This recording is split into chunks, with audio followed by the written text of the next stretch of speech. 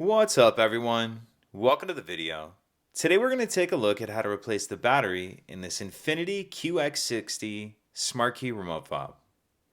This Infiniti QX60 key fob is going to use replacement battery CR2032, and I'll put a link in the description box of this video to where you can find these replacement batteries if you're in need.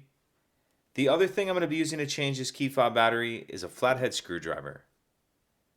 So the first thing I'm going to do is grab my key fob and remove the emergency key that's in the bottom of it. That's done by pressing this release on the back that my thumb's on, and the emergency key will pull out like that. We can just set that to the side.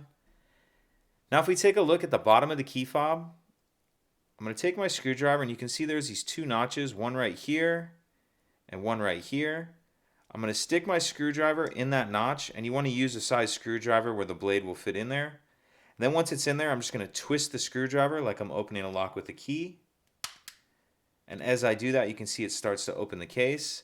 And you may need to just carefully work your way around just a little bit, like that, down the crease. But once it's far enough apart, you can just pull it the rest of the way apart with your hands like that. And in the back half of the case, we see our battery right here. There's a little cutout in this battery holder that'll allow you to get a screwdriver under it and get that battery out. Now I'm going to take my new replacement battery, and you want to make sure that you're installing your new battery with the plus side down. And this side here where you see this metal battery clip, you want to kind of tuck that edge in first, like that. So kind of tuck that edge in first, and then snap it the rest of the way down in the holder all the way, like that. Then we can snap the two halves back together, slide our emergency key back in, and that's it.